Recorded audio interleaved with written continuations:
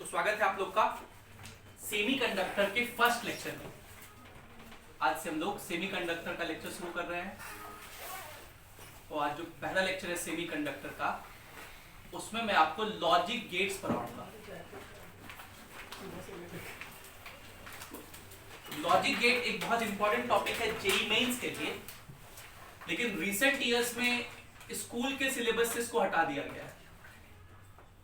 Logic gates, communication system, ये दोनों topic school के सिलेबस से मेरे ख्याल से 2-3 साल पहले से ही नहीं चल रहा है। इस बार तो कोरोना का समय था तो इस बार भी नहीं चल रहा है, उसके पहले भी नहीं चल रहा है, लेकिन स्कूल के लिए बहुत इंपॉर्टेंट, स्कूल के लिए बोलते हैं जेईई मेंस और नीट के लिए इंपॉर्टेंट है। तो this is important for JEE Mains and NEET. और ये सीबीएसई के सिलेबस से हटाया गया है।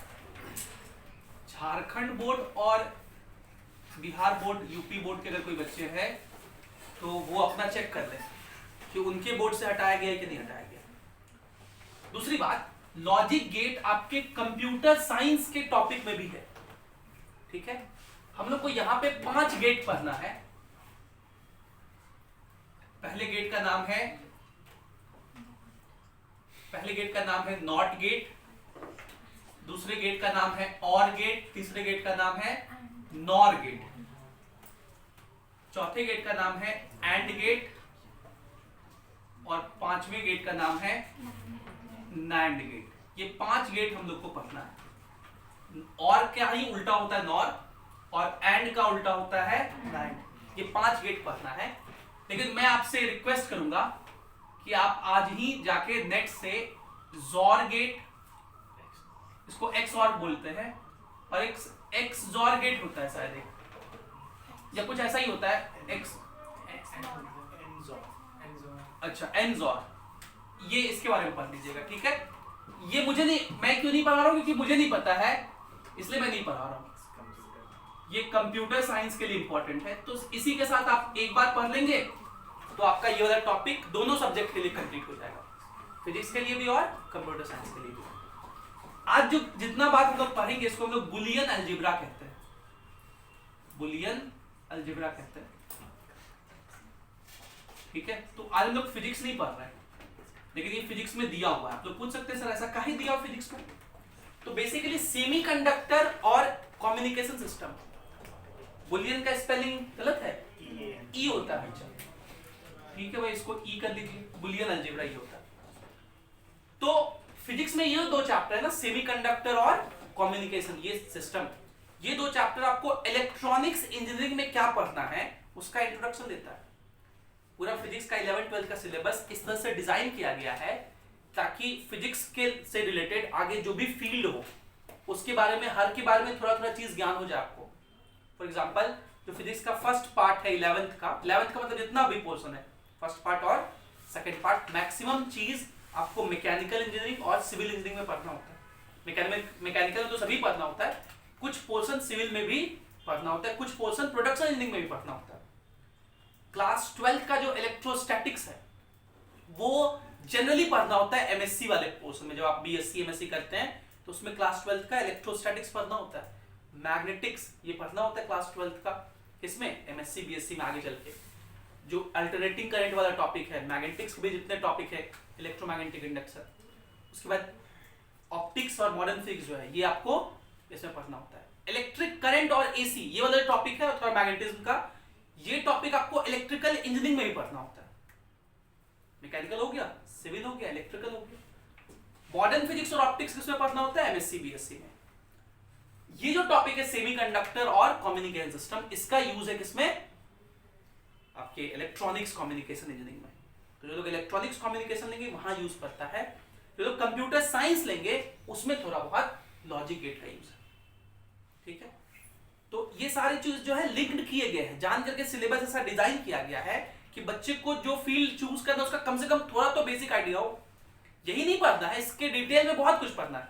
यहाँ पे तो मैं बस बेसिक जो क्लास 11th-12th में वो पढ़ाता हूँ, लेकिन हम लोग जो पढ़ते थे जब इंजीनियरिंग में तो वो बहुत डिटेल में होता है।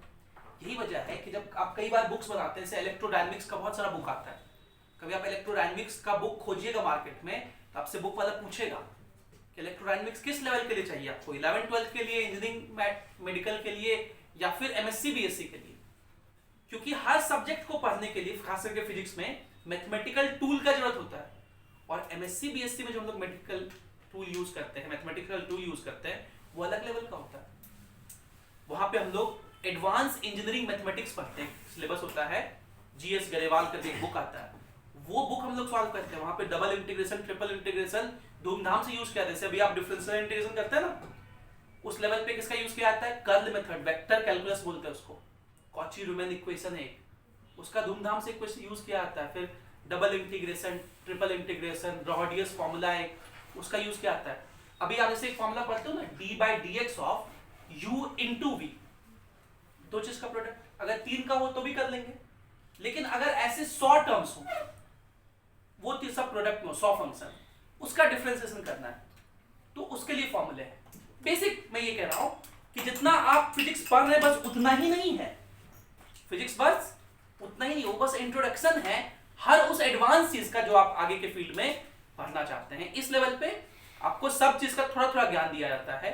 जैसे जैसे आप अपने फील्ड को चूज करते जाते हैं, वैसे वैसे उस फील्ड में आपका ज्ञान का लेवल बढ़ते जाता है, कंसंट्रेशन बढ़ते जाता है एक चीज को लेकर के।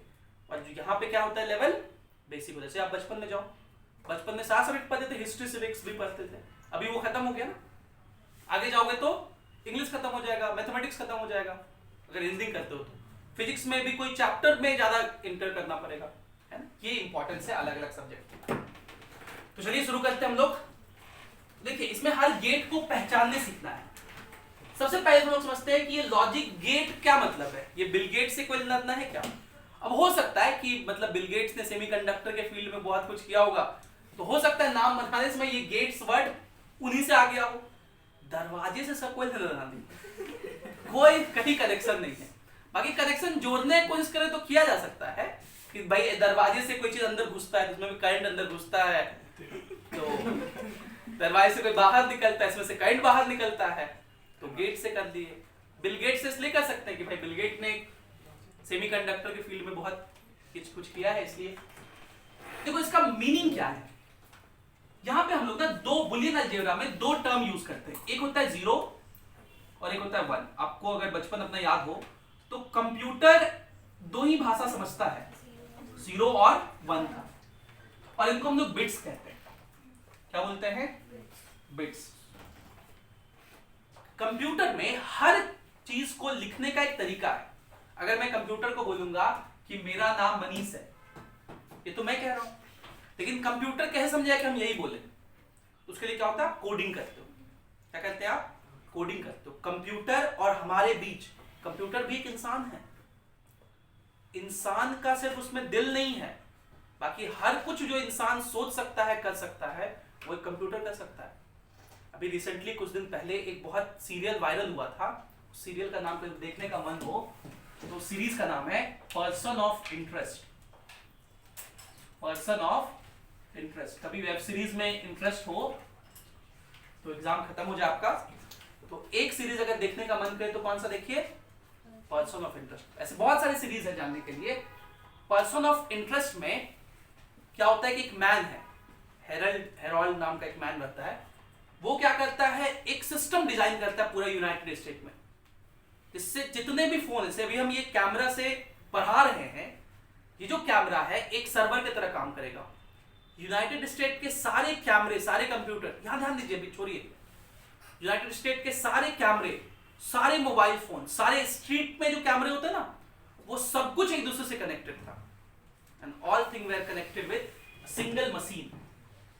एक सिर्फ मशीन था जो कि इससे कनेक्टेड था। अब सोचिए कितना बड़ा सिस्टम होगा, एक मशीन ये सारा कुछ देख रहा है। अभी हम क्या बोल रहे हैं, क्या पढ़ा रहे हैं, ये गवर्नमेंट को पता, और ये गवर्नमेंट ने बिल्ड करवाया था, मतलब ये वायरल हुआ था। अब सीरीज है उसके ऊपर कि गवर्नमेंट कल को करवा सकता है ये काम, कल को करवाने में कोई दिक्कत नहीं होगा। हाँ सर, कौन बैच पढ़ा रहे थे? ओह ये है इनकाउंटर बैच।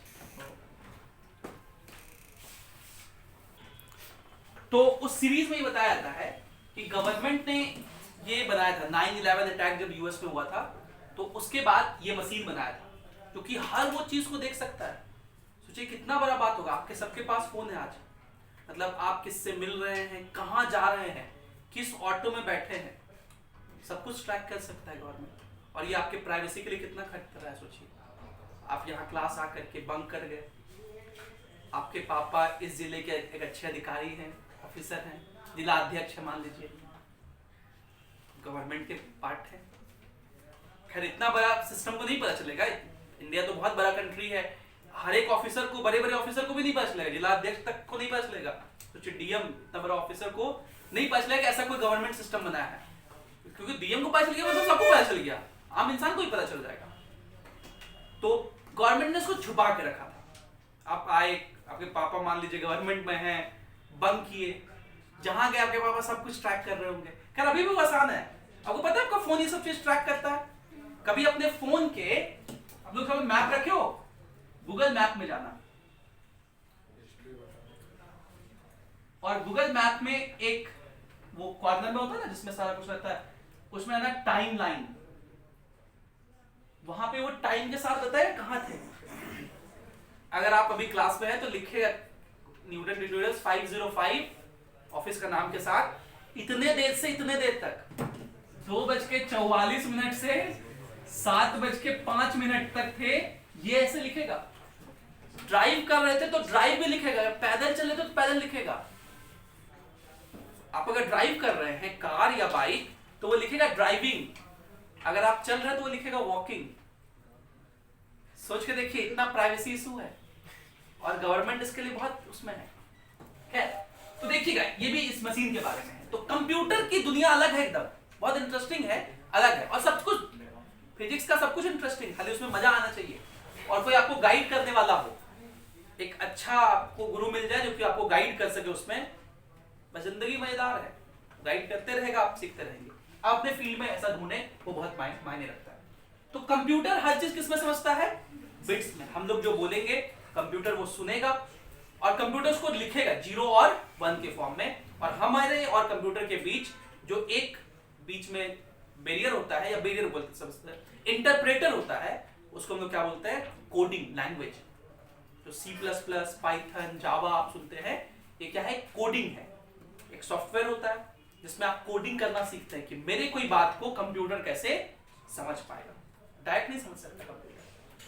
अच्छा, आप लोग कोई सोचे थे मन में बचपन में कि डायरेक्ट काहे नहीं समझ सकता है कंप्यूटर?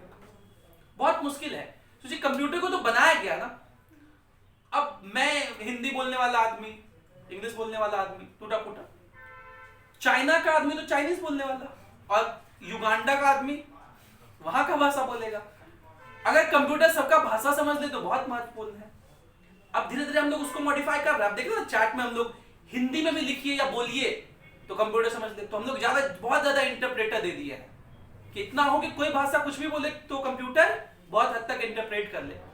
पहले हम लोग एप्पल यूज करते हैं तो उसमें सीरी होता है, तो सीरी बहुत खतरनाक हाई लेवल इंटरप्रेटर है, उसको बहुत खतरनाक नहीं बोलता, हे श्री कॉल फलाना, तो वो उसको कॉल करेगी।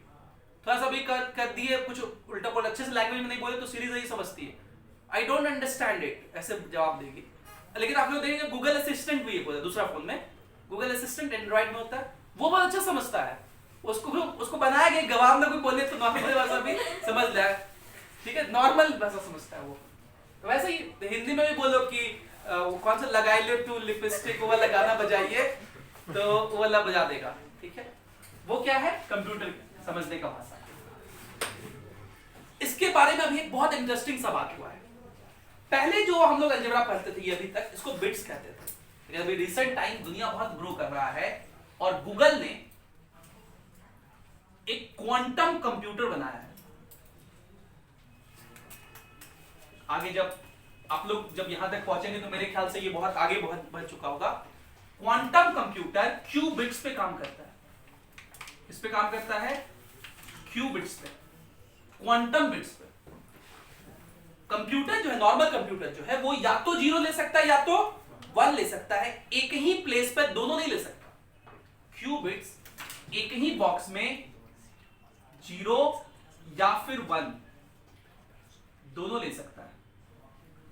और किसी एक ही पोजीशन पे दो लोगों का एग्जिस्टेंस या एक ही लोग का दो जगह एग्जिस्टेंस, ये क्वांटम थ्योरी एक्सप्लेन करता है। एक ही इंसान दो जगह हो सकता है, क्वांटम में फिजिक्स में कहा जाता है दो स्टेट में हो सकता है, पर ये अलग दुनिया है। अगर कोई मन करे फिजिक्स में उस दुनिया में जाने का तो जरूर आप एमएससी बीएससी करें, अच्छे कॉलेज से करें, अच्छे प्रोफेसर से करें। आप ये सोचिएगा कि आप कॉलेज जाएंगे खाली एडमिशन ले लेंगे मास्टर पढ़ा देगा, ऐसा नहीं होता है। उसके लिए खुद का मेहनत करना पड़ता है।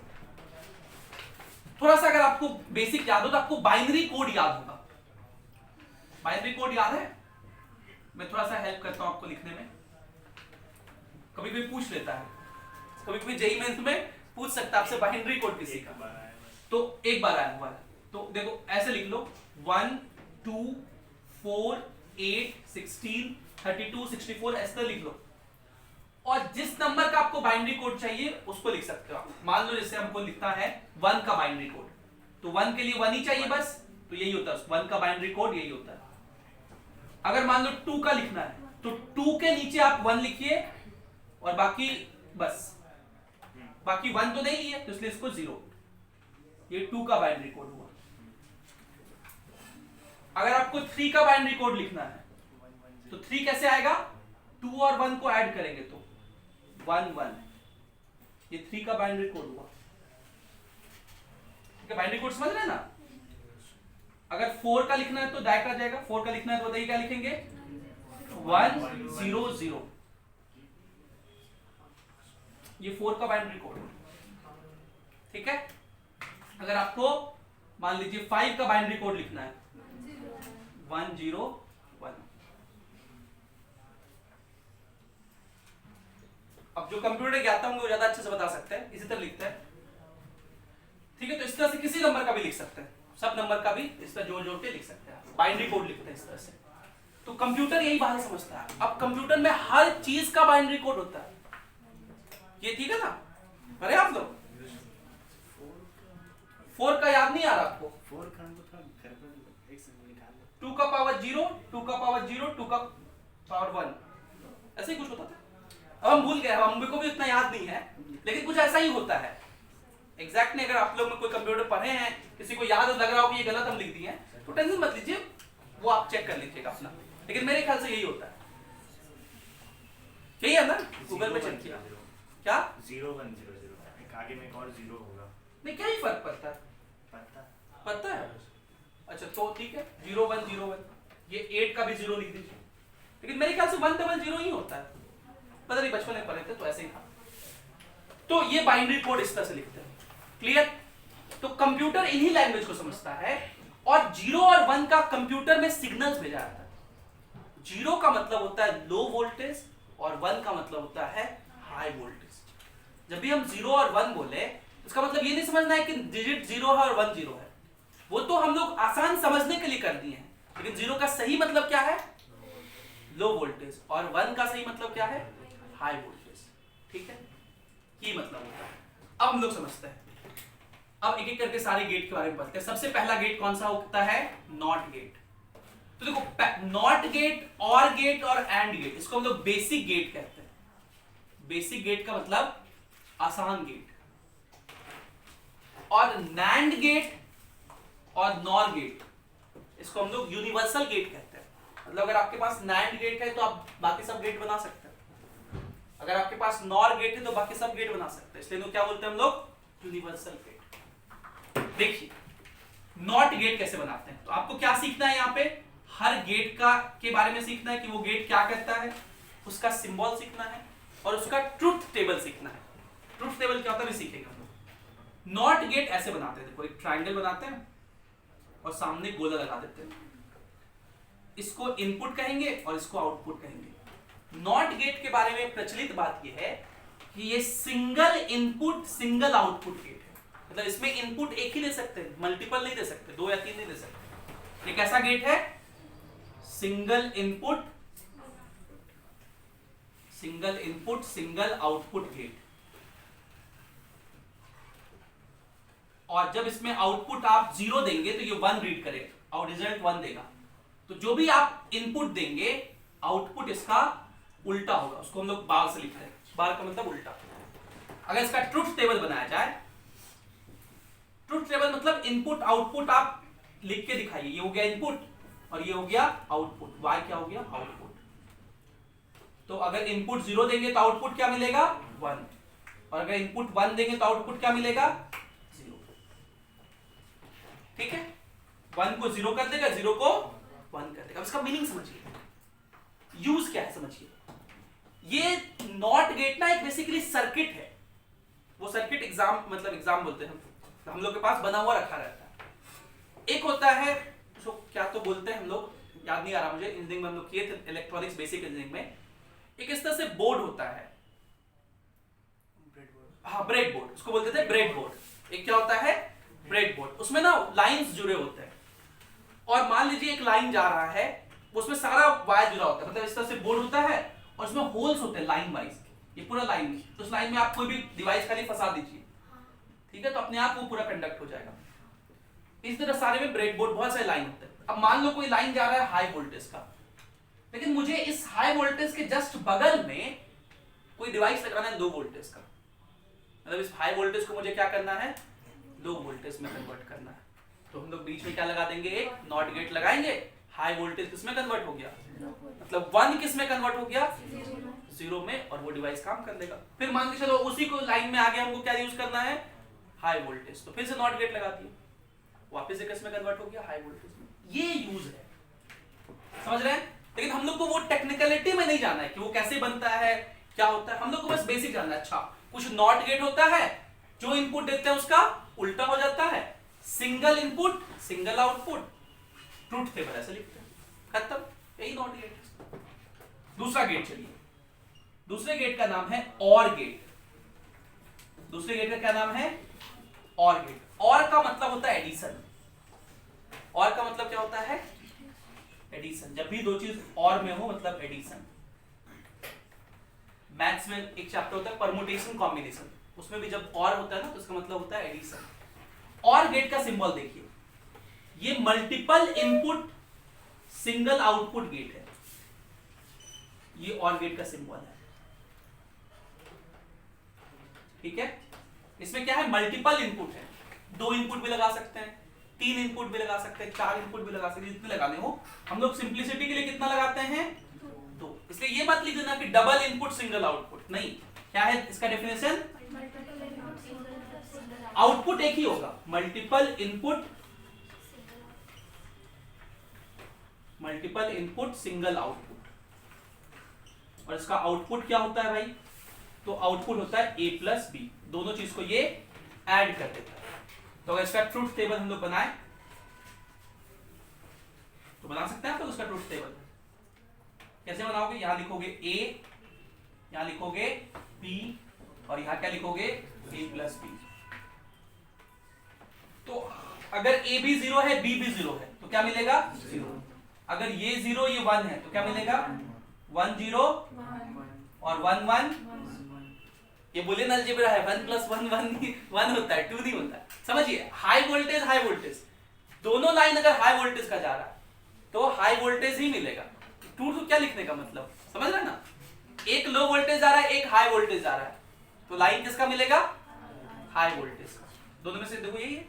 और अगर दोनों लो वोल्टेज जा रहा है तो लो वोल्टेज मिलेगा। अगर बीच में क्या लगाते हैं हम लोग, और गेट।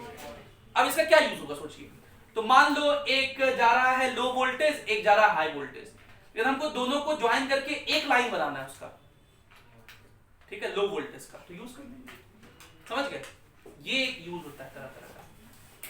ये दूसरा गेट हो गया। तीसरा गेट जो है, इसमें मैं कुछ चीजें मिटा दूं, ये वाली चीजें काम के नहीं है तो मिटा दो सबको, इधर ये सब कुछ काम का नहीं है।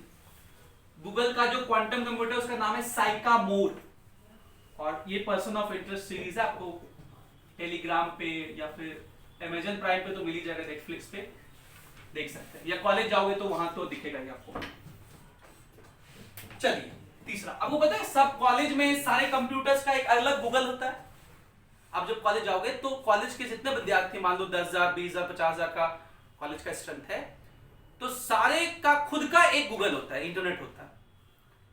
आप अपना लैन केबल जो आपके रूम में आएगा उसको खाली अपने कंप्यूटर से कनेक्ट कीजिए, सब लोग का कंप्यूटर कनेक्ट हो गया, और सारे बच्चे ने एक सॉफ्टवेयर होता है, जैसे हम लोग के यहाँ बीआईटी में सॉफ्टवेयर था, उसको बोलते थे DC++, उस पर सब अपना आईडी बनाते थे, और एज ए यूजर हम किसी के भी कंप्यूटर को देख सकते हैं, मतलब जिसका यूजर नेम दिखाएगा। कुछ लोग अपना नाम भी लिख देते थे, कुछ लोग यूजर नेम लिखते थे जनरली, ताकि पता ना चले कि हम कौन है और क्या क्या कंटेंट रखते हैं। अब कंटेंट तो कुछ भी रखता है लोग, है ना, तरह तरह के कंटेंट होते हैं तो पता ना चले, इसलिए वो, हालांकि कॉलेज लाइफ में इतना बहुत आसान बात होता है सब। वहां जाइए, सर्च कीजिए, जो डाउनलोड करना करिए, कोई पैसा नहीं, कोई चार्ज नहीं। और DC++ के एडमिन्स होते थे, 4th ईयर के सीनियर भैया लोग जो होते थे हम लोग में, जब हम लोग फर्स्ट ईयर में गए थे तो 4th ईयर वाले लोग को एडमिन बनाया जाता था। उसके लिए चुनाव होता था, 5 लोग को एडमिन बनता था, उसको अलग से एक रूम मिलता था, उसमें स्टोरेज हाउस होता था, टेराबाइट्स का उनके पास बहुत सारा डेटा कार्ड दिया जाता था, वो सारा वो स्टोर करके रखते थे ताकि वो सिस्टम चल सके, कोई इंटरनेट का जरूरत नहीं। और यही इंटरनेट है, यही क्या है इंटरनेट। कभी सोचा इंटरनेट कैसे चलता है? सिंपल, जैसे आप दोनों के 2 फोन आप ब्लूटूथ से कनेक्ट कर सकते हो, वैसे ही पूरा दुनिया का सब कुछ कनेक्टेड है, पाइप्स के थ्रू, वायर्स बिछे हुए, ऑप्टिकल केबल बिछे हुए समुद्र के अंदर पूरा पूरा। देखिए अभी इंडिया ने भी बिछाया है, इंडिया ने भी अंडमान निकोबार तक बिछाया है। अंडमान निकोबार में बहुत दिक्कत होता था, अब मान लो हम घूमने चले जाए, हम मुसलमान सर अंडमान निकोबार, और वहां से क्लास लेने का मन करे, कैसे लेंगे? ऑनलाइन क्लास तो वहां से ले नहीं सकते, वहां पे जाएंगे नेट पकड़ ही नहीं रहा है। तो अब मोदी जी किए हैं कि ऑप्टिकल फाइबर बिछा दिया अंदर अंदर पूरा, ठीक है, 2400 किलोमीटर का ऑप्टिकल फाइबर का स्पीड बहुत ज्यादा होता है। अपन ये 5G यूज करते हैं ना, ऑप्टिकल फाइबर है, उस स्पीड से आप अंडमान निकोबार जाइए, वहां पे ऑनलाइन पढ़ाएंगे तुम लोग, यार देखोगे बढ़िया एकदम। खैर, ये और गेट समझ गए। तीसरा गेट कौन सा है? AND gate. एंड का मतलब होता है मल्टीप्लाई। एंड का क्या मतलब होता है? मल्टीप्लाई। तो देखिए 2 गेट ले लीजिए आप, ये भी multiple input single output gate है, खाली सिंबल याद रखना। आप फंसेंगे तो कहां फंसेंगे? सिंबल में। और ये क्या करता है? आउटपुट A इंटू बी देता है। अगर इसका हम कहें कि आप ट्रूथ टेबल लिखिए तो लिख सकते हैं आप लोग A B A into B. तो 0 0 का 0, 1 0 का 0, 1 का, ठीक है।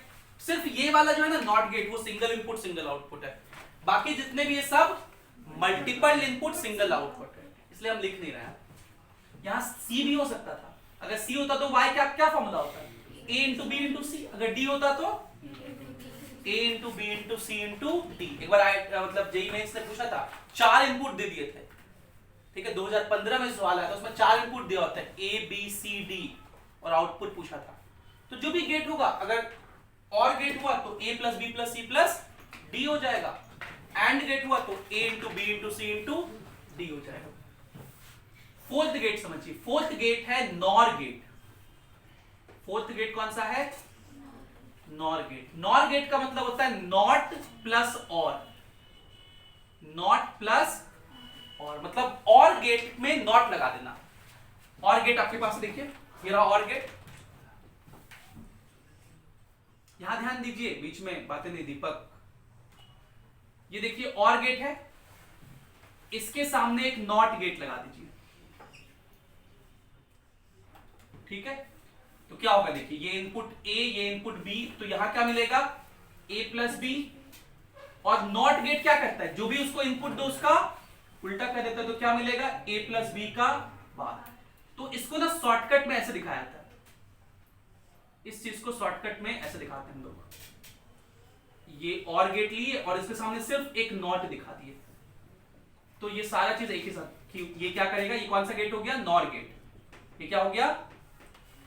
नॉर गेट का अकेला सिंबल, सिंगल सिंबल। ये क्या करेगा? और करेगा पहले और फिर उसका नॉट लिख देगा।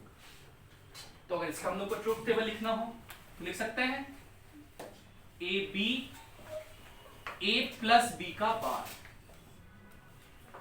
0 0, तो एडिशन करेंगे तो 0 और 0 का उल्टा 1, 1 0, ऐड करेंगे तो 1, उल्टा लेंगे तो 0, 0 1, ऐड करेंगे तो 1, उल्टा लेंगे तो 0, 1 1। अच्छा, अगर इन सबको डिफाइन करना हो, कैसे डिफाइन करेंगे? देखिए, और गेट एक ऐसा लॉजिक गेट है जो कि इनपुट 1 देता है, अगर आइदर ऑफ द, जो कि आउटपुट 1 देता है अगर आइदर ऑफ द इनपुट्स 1 हो। फिर से बोल रहा हूं, और gate is a logic gate which gives output as 1 when either of the inputs is 1। AND gate is a logic gate which gives output as 1 when both the inputs are 1. ठीक है. NOR gate is a logic gate which gives output as 0 when either of the inputs is 0.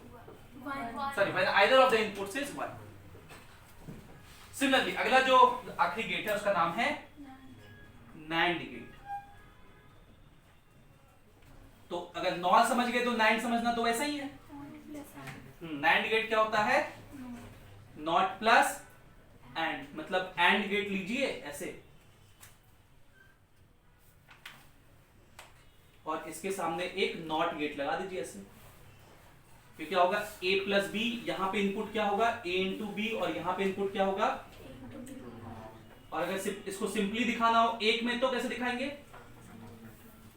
ये a और ये b और ये not लगा दीजिए तो y क्या हो गया? a इंटू बी का बार. और ट्रूथ टेबल लिख सकते हैं इसका भी, a इंटू बी का बार. क्या लिखेंगे बताइए? a0 b0 मल्टीप्लाई करेंगे तो 0 1 0 नहीं, 1 0 मल्टीप्लाई करेंगे तो 0, उल्टा 1. ठीक है. 0 1 1 और 1 1 तो इसका क्या डेफिनेशन होगा? नहीं, इसका होता है NAND गेट का हाँ gives 1 when either of the inputs is 0. ठीक है. नहीं, gives 1 when हाँ either of the inputs is 0. ये डेफिनेशन.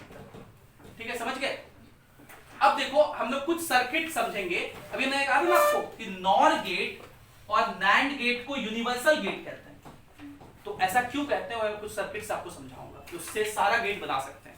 और कैसे बना सकते हैं वो समझ में आ चाहिए. और जब आज की क्लास खत्म हो जाए तो आप घर जाइएगा, NCERT उठाइएगा और NCERT के सेमीकंडक्टर वाले आखिरी पन्ने के एक्सरसाइज पर इधर साइड भी और आखिरी पन्ने पर भी 4-5 सवाल है. उसको ईमानदारी से सब बन जाएंगे आपसे, ये मैं गारंटी देता हूँ. अगर आज समझ गए तो सारे याद रख ली, कॉपी सामने रखिएगा, सब बन जाएगा. कौन सा गेट है पहचानते जाइए, आंसर निकालते जाइए. याद से सब लोग ये कर लीजिएगा. इसको लिखिए, फिर थोड़ा सा हम लोग एक काम कर लेंगे, खत्म हो जाएगा.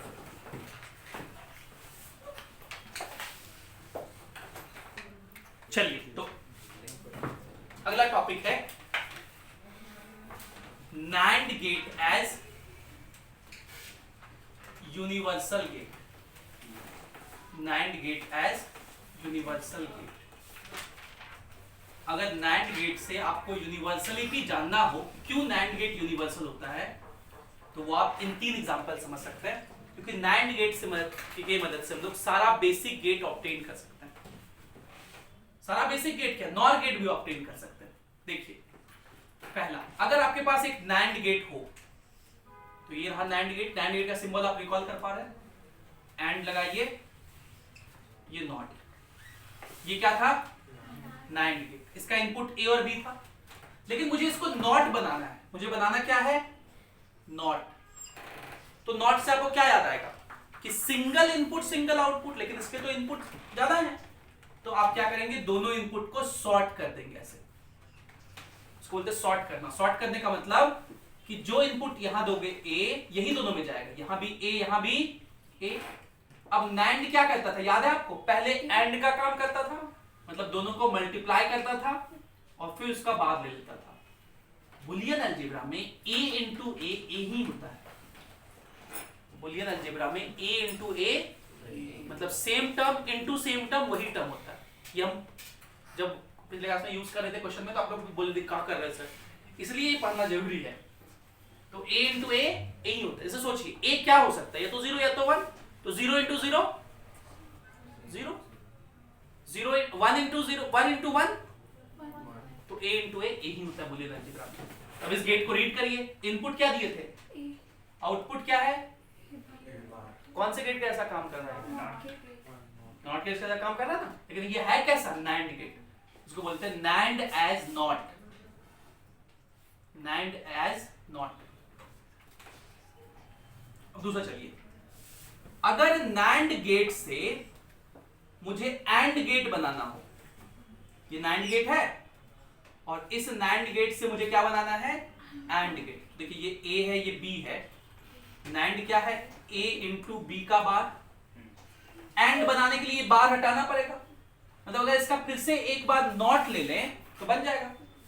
तो यहां अगर नॉट गेट लगा देंगे तो बन जाएगा हमारा काम, लेकिन नॉट नहीं लगाना है, आपको नैंड ही लगाना है।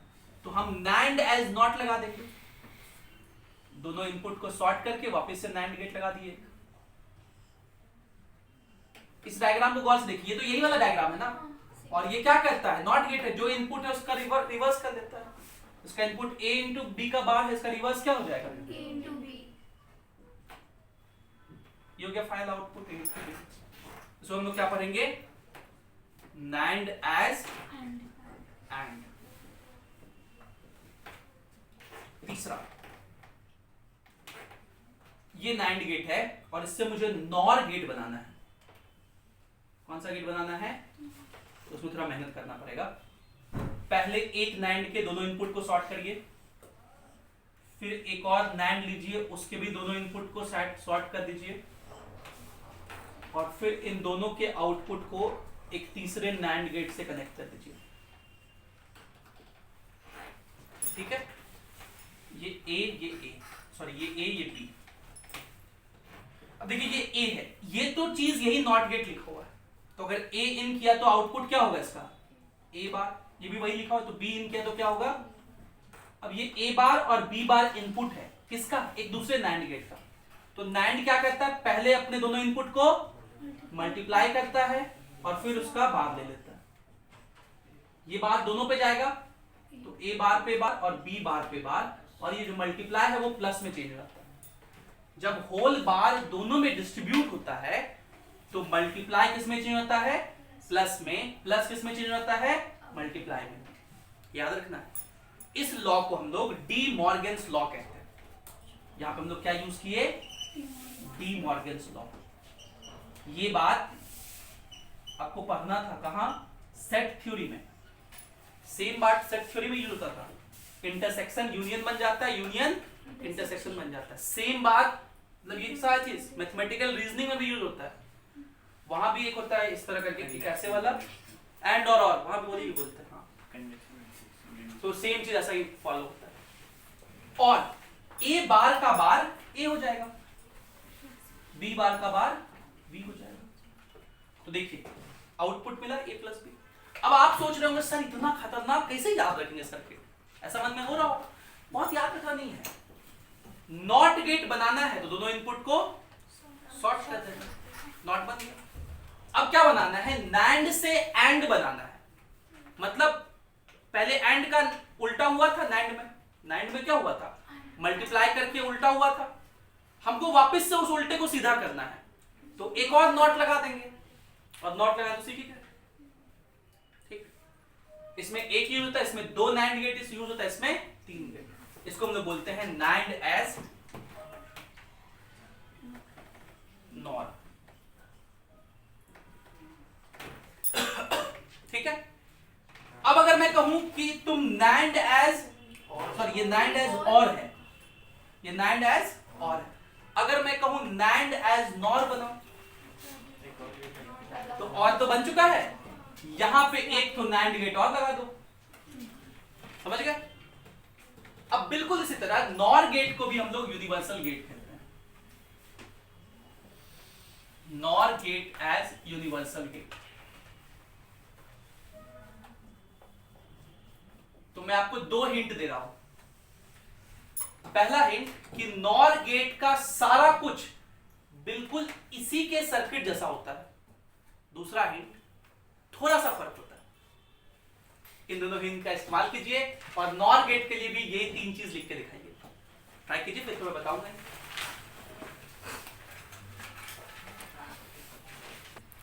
तो NOR gate as universal gate में पहला तरीका क्या होगा कि नॉर लीजिए और उसके दोनों इनपुट को अगर सॉर्ट कर दीजिएगा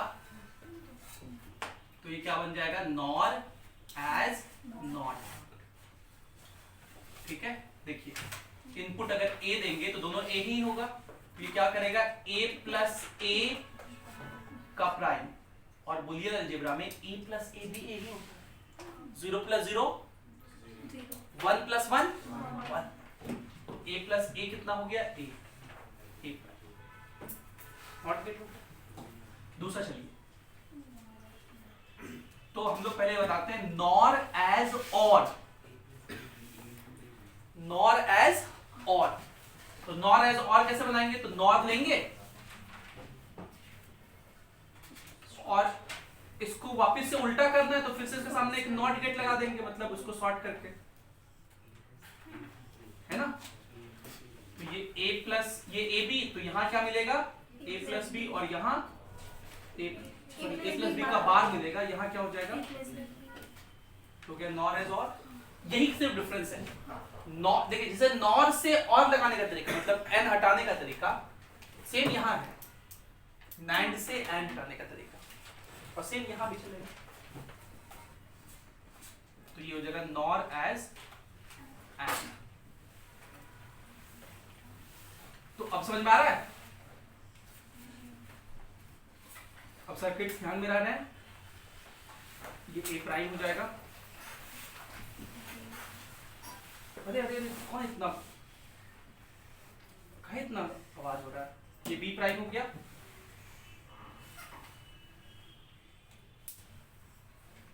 और ये क्या हो जाएगा? a prime plus b prime का होल प्राइम। a प्राइम का प्राइम प्लस मल्टीप्लाई में चेंज होता है, इसको प्राइम या बार या नॉट सब बोलते हैं। तो a इंटू बी, और यहाँ पे कौन सा लॉ यूज किया हम? डी मॉर्गन्स लॉ, ये वाले पार्ट में, कि प्लस किस में चेंज हो गया? माइनस में। ये कब यूज करते हैं? जब कोई बड़ा सा बार दोनों में डिस्ट्रीब्यूट होता है तब, इसको बोलते हैं डी मॉर्गन्स लॉ। अब सवाल किस तरह से पूछे जाते हैं? सर्किट दिया रहेगा, सवाल पूछ सकता है कौन सा सर्किट है, कौन सा गेट है। एनसीईआरटी में कुछ सवाल ऐसे हैं, जैसे अब ये सर्किट मैंने बताया, तो एनसीईआरटी क्या किया है? इसको एक नॉट गेट बना दिया है। ये तो नॉट ही गेट है ना, तो इसको रिप्लेस कर दिया किससे? नॉट गेट बना करके। इसको भी नॉट गेट बना करके। बताइए इसका आउटपुट क्या होगा? तो यही होगा आउटपुट, है ना। खाली सर्किट को घुमा फिरा के इसी में खेलता है। कभी कोई सर्किट में वेव फॉर्म से रिलेटेड सवाल पूछता है, वेव फॉर्म। ये वेव फॉर्म क्या होता है? देखो, ये मान लीजिए y एक्सिस है, ये x एक्सिस है, तो एक दिखाने का तरीका एज्यूम किया गया कि जो 0 होगा उसको हम लोग लोअर लेवल पे दिखाएंगे, और जो 1 होगा उसको अपर लेवल पे दिखाएंगे।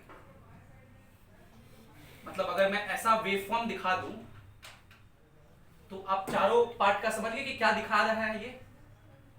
बोलो।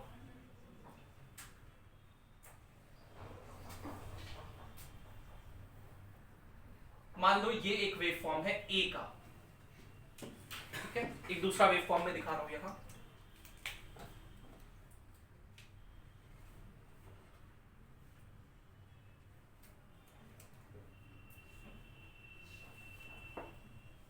ये वेव फॉर्म है B का। क्या समझ पा रहे हैं कि B क्या दिया दिखा दे रहा है? ये क्या लिखा हुआ है? ये 0, ये 0। पक्का? अब इस तरह C का भी दे सकते हैं, अगर 3 इनपुट देना हो। हम पूछे आउटपुट बताइए, आउटपुट का वेव फॉर्म कैसा होगा फॉर कौन सा गेट पूछ ले? एंड के लिए आउटपुट बताइए। तो एंड क्या करता है? दोनों इनपुट को मल्टीप्लाई करता है। ये 0 लिखा हुआ है, ये क्या लिखा हुआ है? मल्टीप्लाई करेंगे तो 0, मतलब ये लोअर लेवल होगा। अब लोअर अपर इसमें पता नहीं चल रहा है, जब तक दूसरा बनाएंगे नहीं। लोअर अपर रिलेटिव होता है। अगर मैं सिर्फ इतना दिखाऊं तो ये लोअर है क्या अपर? नहीं बता सकते, वो तो बगल में नीचे दिखाना पड़ेगा ना। तो ये मेरा 0 है, बस ये ध्यान रखना है, क्योंकि 0 इंटू ये 1 था। 0 इंटू 1 0 पर, ये 1 इंटू 1 होगा, मतलब इससे ऊपर दिखाएंगे। ठीक है। अभी चलिए, ये क्या है? ये 0 इंटू 0, और ये 1 इंटू 0। यही आंसर होगा। तो 2016 में शायद, या 15 या 16 दोनों में से कहीं एक, मुझे ध्यान में नहीं आ रहा है, ऐसे ही ग्राफ थे। ठीक है, 15 में शायद, 15 में ABC दिया हुआ था और आउटपुट पूछा था कौन सा वेव फॉर्म। ये भी एनसीईआरटी बना हुआ है। तो इस तरह सवाल बन सकते हैं। एक सवाल मैं पिछले साल के जेईई मेंस से करा देता हूँ, इसको लिख लीजिए, फिर हम लोग जेईई मेंस का सवाल एक कर लेंगे खत्म। तो एक सवाल ये आया था, ये सर्किट दिया हुआ है और इसके इनपुट्स ए बी दिए हुए हैं, आपको आउटपुट बताना है। आप ये देखिए, सर्किट देख के पता कर पा रहे हैं क्या कौन सर्किट है? सारे गेट्स, मतलब ये कौन सा गेट है? एंड, तो मैं लिख देता हूं सब में, ये और ये एंड और ये नॉर। अब इसमें आपको बेसिकली क्या लिखना है? ए बी दिया हुआ है और आउटपुट लिखना है, मतलब ट्रूथ टेबल लिखना है। क्या लिखना है? आप इसका ट्रूथ टेबल बना लो, आप चाहो तो इसका ट्रूथ टेबल बना लो, तो समझने में आसानी होगा। कि फिर सॉल्व करोगे, मैथमेटिकली सॉल्व करोगे, बुलियन अलजेब्रा लगा के बहुत मेहनत करना पड़ेगा, तो उतना क्यों ही मेहनत करें। ए, क्योंकि समय सीमा भी कम होता है हम लोग के पास। ए बी, तो देखिए एक गेट वाइड चलते हैं, ये ए है, ये ए का इनपुट इसको मिल रहा है ना, तो इसका जो भी आउटपुट होगा इसको मैं y1 कह देता हूं। क्या कह दे रहा हूं? y1। और ये b ही इसको मिल रहा है, देखो यहां तो b ही मिल रहा है, तो y1 क्या होगा? a into B. तो मैं यहां लिखता हूं y1 क्या होगा? a into B. और यही y1 का लाइन इसके पास गया है और यही वाला y1 का लाइन इसके पास गया। ठीक है, आगे चलिए, ये b इसको मिला है और ये a इसको मिला है, तो इसका जो आउटपुट होगा उसको मैं क्या कर देता हूं? y2, जो कि कितना होगा? a plus B. तो यहां लिख देते हैं हम लोग y2 जो कि कितना होगा? a plus B. और यही जो y2 का लाइन है वो इसको मिला है, और ये कितना हो जाएगा? y1 इंटू y2, यही वाला लाइन इसको मिला है, y1 इंटू y2। और ये जो y1 इंटू y2 होगा इसको मैं y3 कह देता हूं, y1 इंटू y2 क्या कह देता हूं? y3, जो y3 इसको मिला है, तो y3 क्या है? y1 into y2। और ये y3 और ये y1, तो ये क्या करेगा? y1 प्लस y3 का पार, तो y1 प्लस y3 का पार, और यही फाइनल z होगा। अब इस तरह से करेंगे ना तो आपको आसानी पड़ेगा। अब बढ़ते जाइए, ए बी, ये पहला क्या भरना है? 1 0, फिर 0 0, फिर 1 1 और फिर 0 1, ये भर दिए। अब चलिए y1 क्या है? a इंटू बी, मतलब दोनों को मल्टीप्लाई करते चलिए, तो 0 0 1 0। y2 क्या है? a प्लस बी, दोनों को जोड़ना है, तो 1 0 1 1। y3 क्या है? y1 इंटू y2, मतलब इन दोनों को मल्टीप्लाई करना है, 0 इंटू 1 0 1 0। और ये क्या है? y1 plus y3। आप चाहो तो एक स्टेप और कर सकते हो, ये y1 प्लस y3 लिखो और फिर z लिख दो y1 प्लस y3 का बार। तो y1 प्लस y3 मतलब इन दोनों को जोड़ना है, तो 0 0 1 0 और उसका बार 1 1 0 ये आंसर। और ये कौन सा गेट है अगर पूछा जाता तो यहां देखिए 1 0 से 1 मिल रहा है, 0 0 से 1 मिल रहा है, 1 1 से और 0 1 से 1 मिल रहा है। इस कौन सा गेट जैसा काम कर रहा है? नैंड जैसा। किसके साथ काम कर रहा है? नैंड जैसा। नैंड क्या करता था? नैंड क्या, दोनों को मल्टीप्लाई करके रिवर्स लेता था, मल्टीप्लाई करके रिवर्स, मल्टीप्लाई करके रिवर्स, मल्टीप्लाई करके रिवर्स, मल्टीप्लाई करके रिवर्स। तो अगर पूछे कि ये गेट किसको रिजेंबल करता है, या ऐसे पूछ सकता है output gate is, hence output gate is NAND gate. तो ऐसे भी सवाल पूछे आ सकता है आपसे, तो ऐसे सवाल को कैसे टैकल करेंगे समझ में आ गया? पक्का? So this is all that you need to know regarding logic gates। और इसको अगर आप सही से कर लेंगे, एनसीईआरटी में जो मैंने आपको बताया वहां जाके जरूर आज कर लीजिएगा याद से, ठीक है? तो याद जहन में रहेगा, और जो भी पिछले साल क्वेश्चन आएंगे उनको कर लेंगे तो आपका नैंड गेट या जितने भी लॉजिक गेट से रिलेटेड चीज है वो समाप्त हो जाएगा। Thank you for being with us, have a great day.